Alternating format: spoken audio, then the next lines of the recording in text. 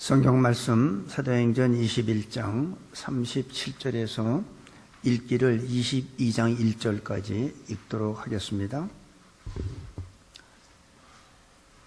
바울을 데리고 영문으로 들어가려 할 그때에 바울이 천부장더러 이르되 내가 당신에게 말할 수 있느냐 가로되 네가 헬라 말을 아느냐 그러면 네가 이전에 난을 일으켜 사천의 자격을 거느리고 광야로 가던 애굽인이 아니냐.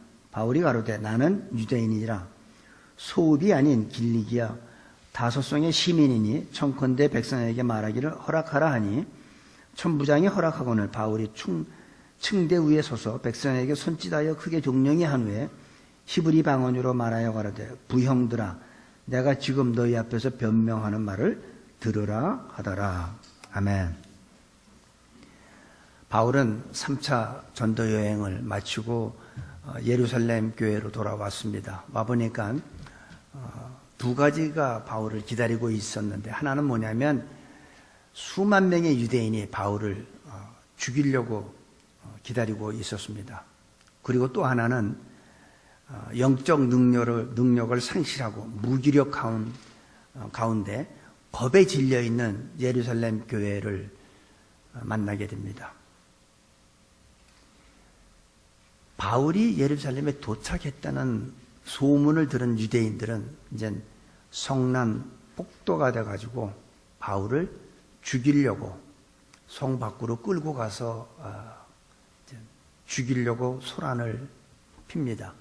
근데 이제 그 소문을 들은 로마 군인들과 그 천부장이 가서 바울을 쇠사슬로 결박해서 이제 부대 안으로 영문 안으로 이제 지금 후송하는 중입니다. 그런데 바울이 갑자기 천부장한테 요구를 합니다.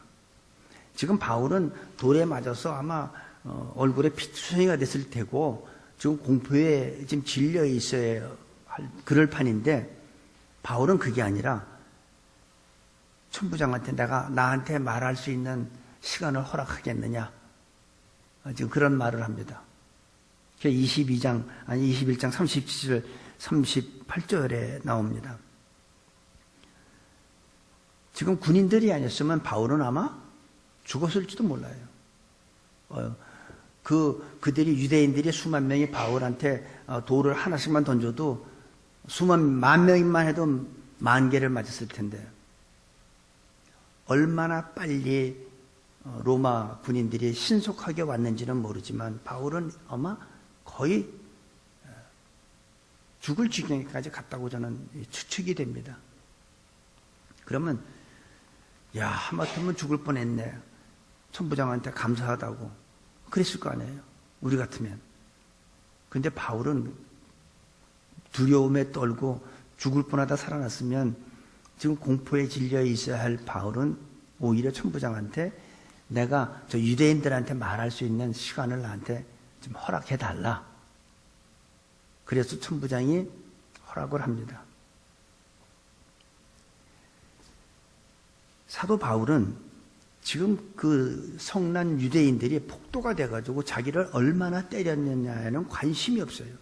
바울이 지금 왜 천부장한테 나한테 말할 수 있는 시간을 달라는 이유는 지금 내가 이 부대 안으로 들어가면 자기를 죽이려고 했던 유대인들하고는 두 번 다시 만날 수가 없는 거예요.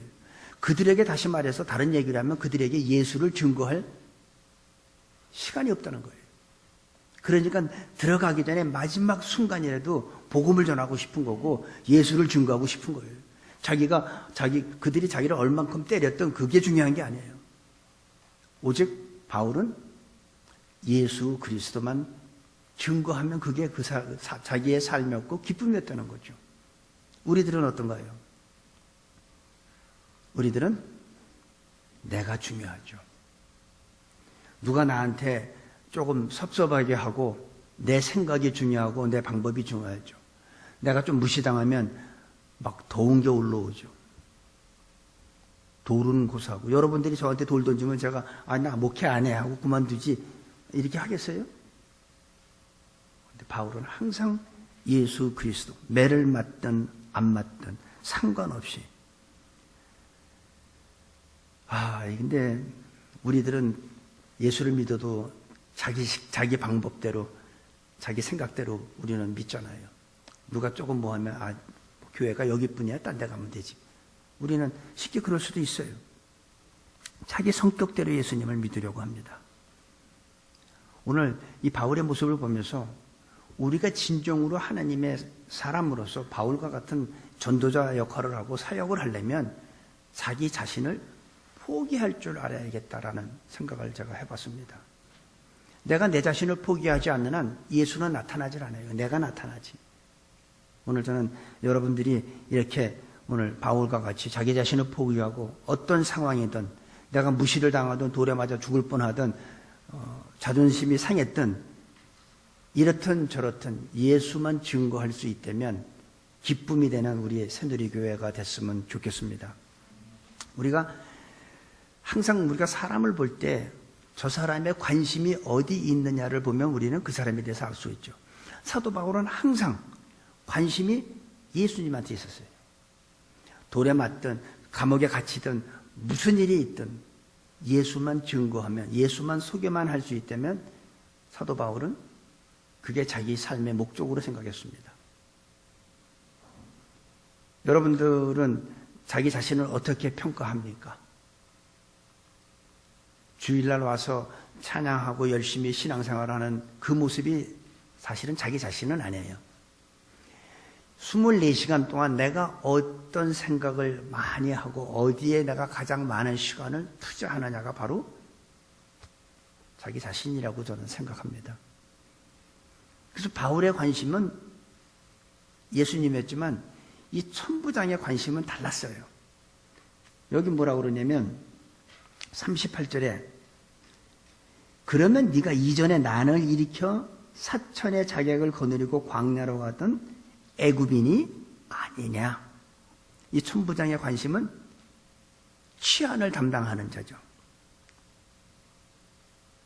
치안 책임자로서 치안을 방해하는 사람을 체포하는 거예요. 그 전에 난을 일으키고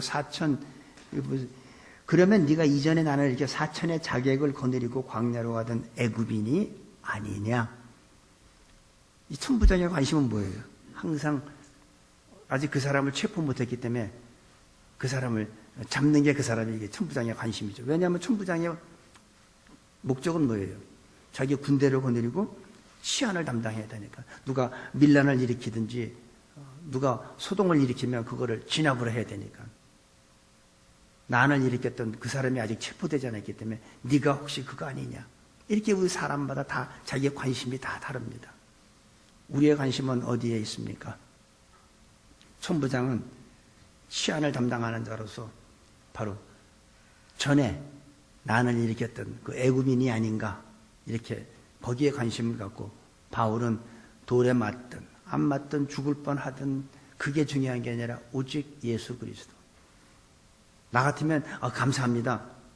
빨리 부대 가서 좀 상처 좀 씻고 좀 약 좀 발라게 좀 의미병 좀 보내달라고 했을 텐데 바울은 잠깐 내가 들어가기 전에 이들한테 말할 수 있게 해달라.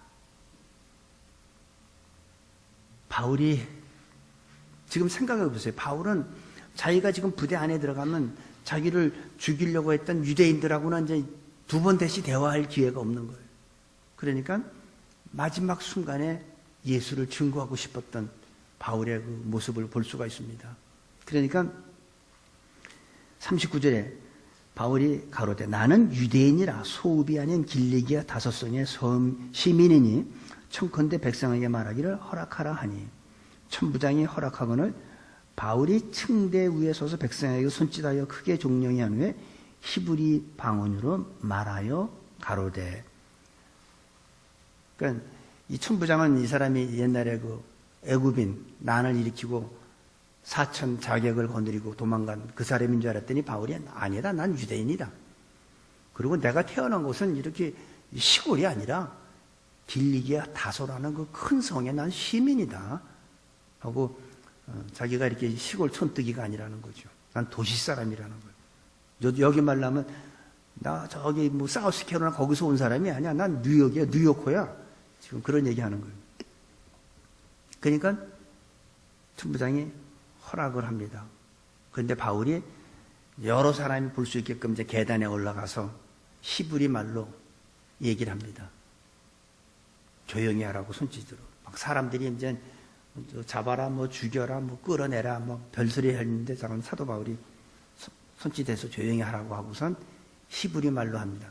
우리가 미국에 살면서 누군가가 한국말 하면 쳐다보게 되잖아요. 이들은 헬라 언어를 쓰는 그 가운데서, 영어 쓰는 우리 가운데서 한국말 듣는 거하고 똑같은 거예요. 바울이 히브리 말로 얘기를 하기 시작하는데 첫 마디가 22장 1절에 부형들아 이렇게 해요. 굉장히 겸손한 바울의 모습을, 자기를 죽이려고 했던 사람들한테 호칭이 부형들아예요. 첫 번째가.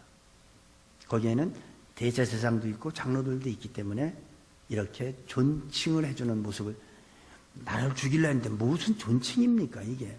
근데 바울은 그렇게 안 했어요. 그리고 히브리 말로 얘기를 합니다. 그 2절에 1절 부형들아 내가 지금 너희 앞에서 변명하는 말을 들으라 하더라. 2절 저희가 그 히브리 방언으로 말함을 듣고 더욱 종용한지라. 이에 가로되 나는 유대인으로 길리기아 다소에서 났고 이 성에서 자라 가말리아 문화에서 우리 조상들의 율법의 엄한 교훈을 받았고 오늘 너희 모든 사람처럼 하나님께 대하여 열심하는 자라. 지금 바울은 천부장한테 허락받고 히브리 말로 유대인들 앞에서 나의 변명하는 말을 들으라. 그러니까 다시 말해서 간증을 하는 거예요. 두 가지를 얘기해요. 내가 어디서 태어났고 자기가 출생지가 어디라는 걸 분명히 해요. 내가 얼마나 돈이 많고 내가 얼마나 이런 얘기 하지 않습니다. 내가 난 다소에서 태어났다. 그리고 두 번째로 자기를 어떻게 소개하냐면 자기의 학문을 얘기해요. 내가 태어난 곳은 다소고 나는 가마리알 그 당대의 유명한 학자 밑에서 나는 공부를 한다고 율법의 그 엄한 교훈을 난 받고 잘했다. 이렇게 자기 자신을 소개를 합니다.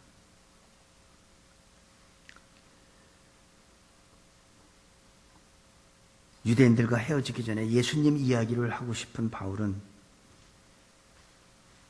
매를 맞아도 좋고 감옥에 갇혀도 좋고 예수님만 전할 수 있으면 자기의 모습과 지금 우리가 한번 추측을 해보면 이 손을 들어서 이렇게 잠잠히 하라고 하는 것 보니까 아마 이 쇠사슬을 풀어줬는지 안 풀어줬는지는 모르겠습니다. 근데 돌에 맞았으면 분명히 얼굴에는 피가 흘렀을 거예요. 저도 여기 이마 좀 다쳤는데 피가 많이 흘렀는데 이게 피가 흘리면 그런 모습 가지고 사람들한테 예수를 증거하는 바울의 모습. 근데 예수를 막바로 얘기하는 게 아니라 자기의 태어난 자기 간증, 예수 믿기 전에 자기를 소개하는 거예요. 참, 나의 변명을 들어봐라. 우리는 언제나 중요한 게 예수님을 믿는다 하면서 우리는 예수님을 안 믿는 게 아니죠. 예수님을 믿죠. 교회도 열심을 내죠. 근데 항상 중요한 게 예수님이 중요한 게 아니라 내가 중요하죠. 항상. 대부분 그런 것 같아요. 아닌 분들도 계시겠지만 나의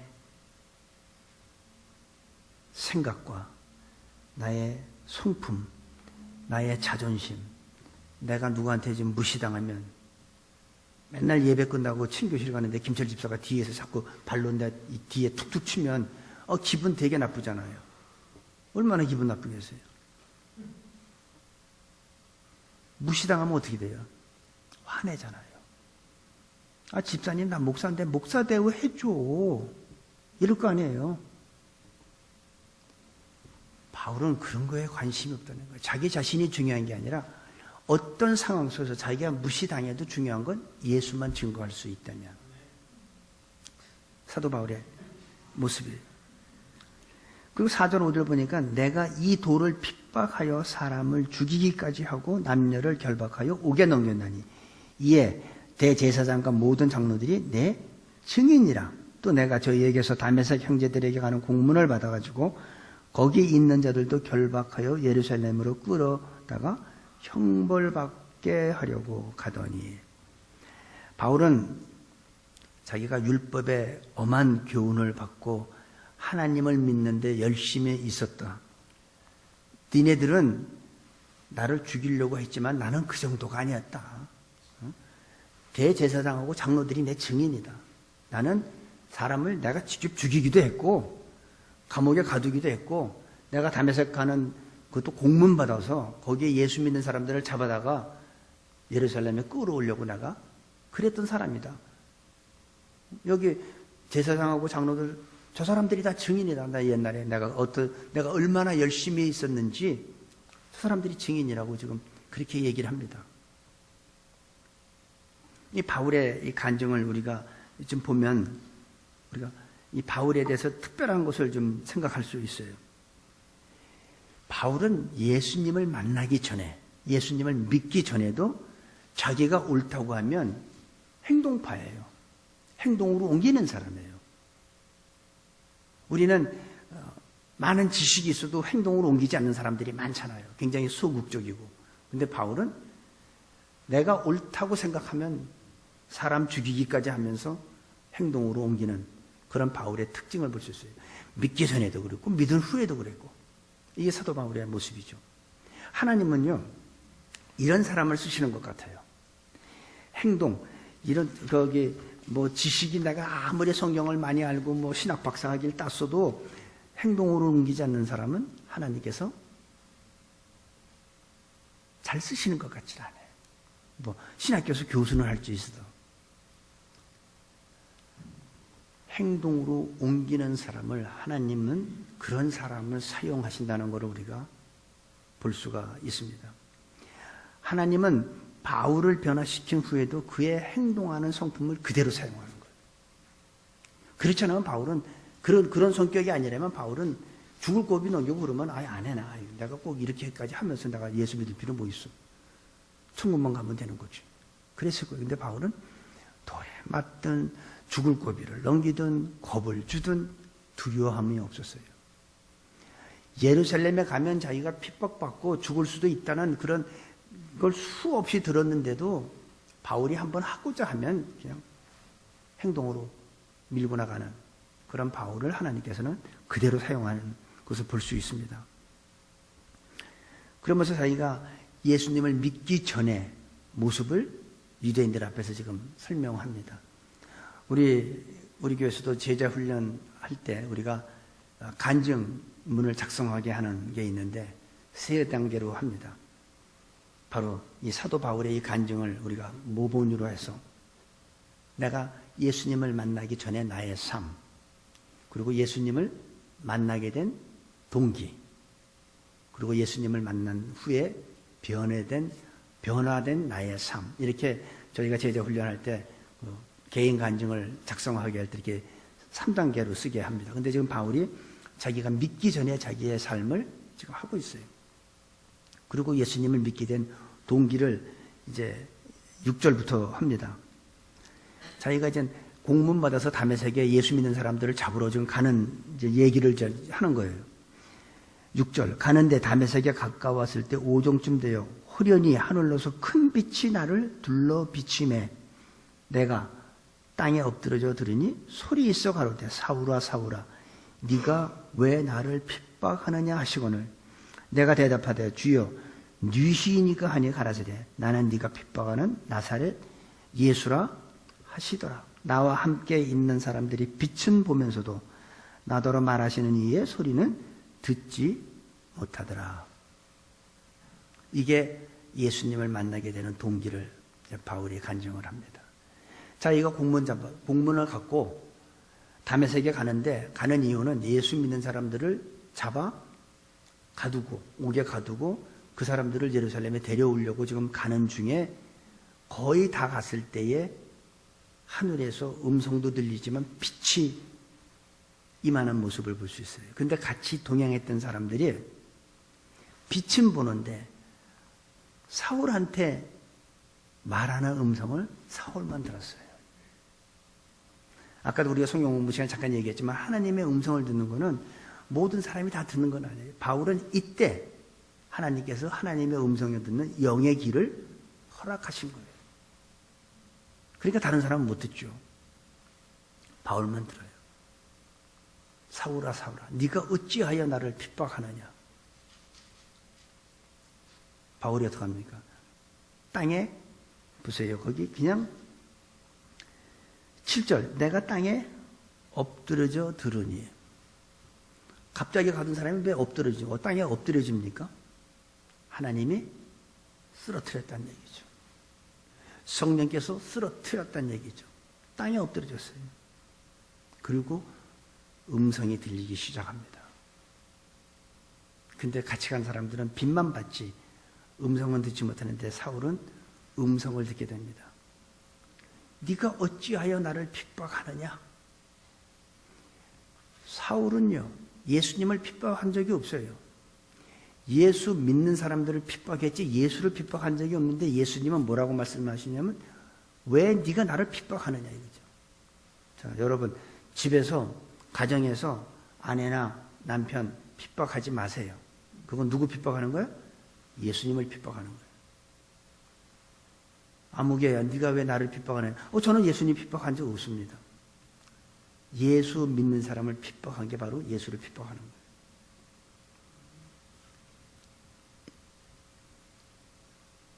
우리가 한번 이 말씀 보고 우리가 한번 이런 질문을 좀 전 해보기를 원합니다. 바울은 너무 놀라서 주여 누시니까 이렇게 했는데 우리들도 한번 동일하게 주님은 나한테 누구가 됩니까? 여러분한테 주님은 어떤 의미가 있습니까? 만약에 바울과 같이 주여 누시오니까 우리가 얘기를 하면 바울한테는 뭐라고 그랬어요? 나는 네가 핍박하는 예수라고 했는데 우리가 주여 누시니까 똑같은 질문을 했어요. 그러면 주님은 우리한테 뭐라고 답변할까요? 나는 네가 무시하는 예수다. 네가 무관심하는 예수다. 이런 말씀은 혹시 안 하실까요? 우리한테? 네가 항상 나에 대해서 무관심하지 않냐? 아니면 네가 사랑하는 예수다. 이럴까요? 우리는 여러분한테는 예수님이 어떤 의미가 있습니까? 진짜 예수님이 십자가에서 못 박히고 3일 만에 부활한 나의 구주라는 건 믿습니까? 예수님은 나한테 지금 어떤 의미가 있을까? 우리 한번 질문해 볼 필요가 있어요. 나는 예수님한테 과연 얼마나 관심 갖고 우리는 신앙생활을 하는가? 너무 무관심한 건 아닌가? 아니면 예수님을 무시하고 사는 건 아닌가? 바울과 같은 똑같은 질문을 우리는 한번 해볼 필요가 있다고 생각합니다. 정말 우리의 구주고 우리의 주님이 맡게 되기를 바랍니다. 10절부터 보면은 내가 가로되 주여 무엇을 하리이까? 주께서 가라사대 일어나 다메섹으로 들어가라. 정한 바 너의 모든 행할 것을 거기서 누가 이르리라 하시거늘.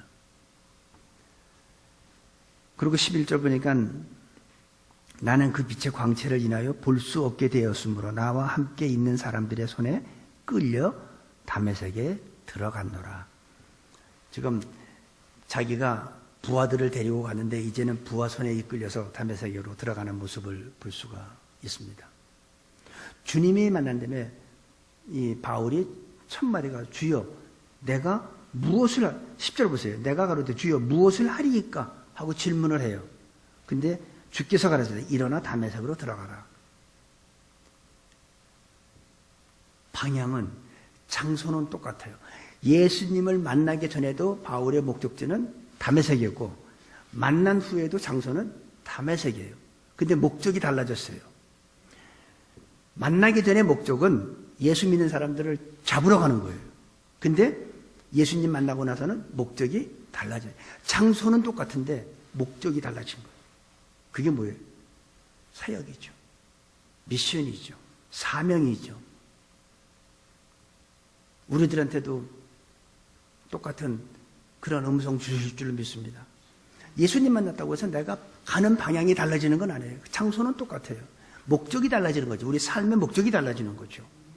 내가 지금까지는 이런 목적을 가지고 살았는데 예수님 만난 다음에 목적이 다른 거예요. 가치관이 달라지고 목적이 달라지는 거지 우리가 가는 장소는 항상 같습니다.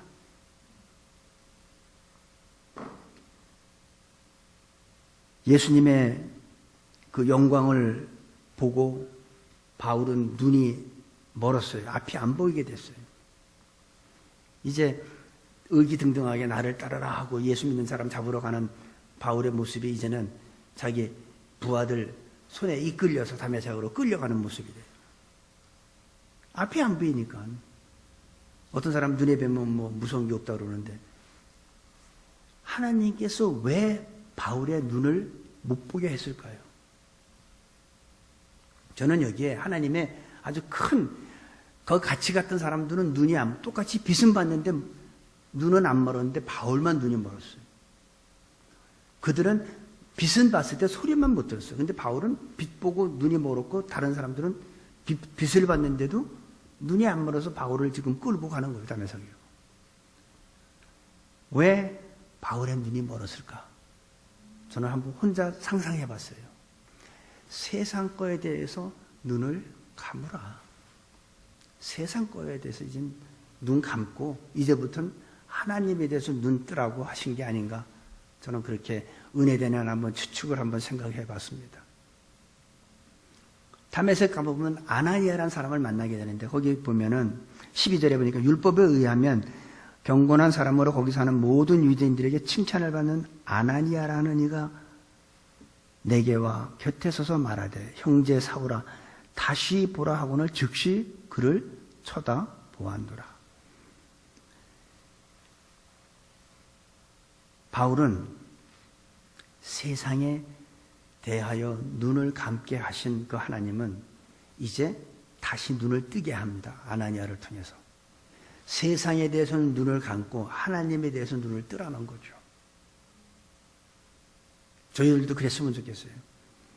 세상에 대해서는 우리는 두 눈을 부릅뜨고 열심히 사는데 오늘 이 시간부터는 우리들도 세상의 것에 대해서는 눈을 감고 하나님에 대해서 우리가 새롭게 눈을 뜨게 되기를 바랍니다.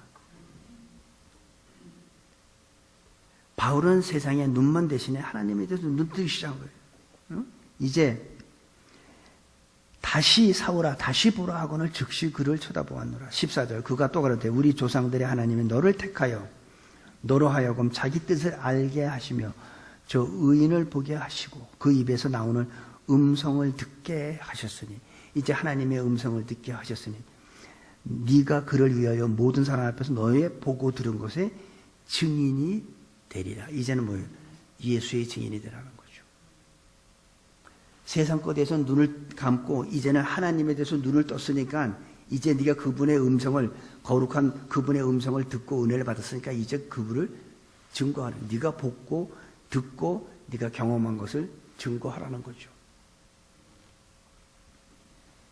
그리고 16절에 이제는 왜 주저하느냐 일어나 주의 이름을 불러 침례를 받고 너희 죄를 씻으라 하더라. 우리는 사도 바울의 간증을 오늘 보았습니다. 예수님을 믿기 전에 바울의 모습, 예수님을 믿게 된 경위를 우리는 봤어요. 이 바울의 간증을 우리는 들었는데 사도 바울의 간증이 저는 우리 모두 새누리교회 성도님들의 간증이 되길 바랍니다. 세상에 우리는 눈을 감게 되기를 바랍니다. 그리고 하나님에 대해서 눈을 뜨는 이 바울과 같은 우리 삶이 될 때에 하나님은 반드시 우리 새누리교회를 통해서 우리 각 개인을 통해서 사도 바울과 같은 사역을 우리 교회에 줄 줄로 믿습니다. 그것이 전 사명이라고 보고 우리 새누리교회가 해야 될 하나님의 일이라고 저는 생각합니다. 특별히 바울을 통해서 오늘 이 시간 우리가 마음속으로 한번 조금 묵상했으면 좋겠어요. 하나님, 나도 바울처럼 세상에 대해서 내가 눈을 감게 하시고 하나님에 대해서 눈을 뜨는 그런 축복된 우리 모두가 되게 해달라고 기도하고 그런 체험하고 하나님의 크신 은혜를 맛보는 우리 모두가 될 수 있게 되기를 간절히 축원합니다. 아버지 하나님, 주님의 이름을 찬양합니다. 이 시간 우리들도 바울처럼 주님을 만나게 하시고 그가 세상에 대해서는 눈을 감고 하나님에 대해서는 눈을 뜬 것 같이 저희들도 동일한 은혜 내려 주시옵소서. 그래서 이제는 만나는 사람마다 때를 얻든지 못 얻든지 내가 자존심이 상하든 무시당하든 예수 그리스도만 증거하는 저희 모두로 축복하여 주옵소서. 예수님의 이름으로 기도합니다. 아멘.